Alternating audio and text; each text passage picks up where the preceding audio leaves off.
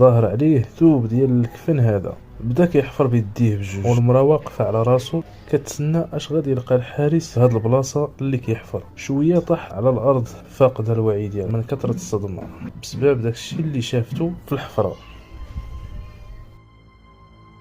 شافت يد صغيرة طالعة من الأرض في البلاصة اللي كان كيحفر فيها الحارس، وكان واضح أنها جثة مدفونة غير مؤخرا. ملي كمل الحفير تبين أن الجثة ديال عالية خط الحارس اللي اختفت من 5 شهور هذه. ثم عرف الحارس الحقيقة، راجل المرأة كان كيغتصب اختو ودفنها في البستان بعد ما ماتت من العذاب.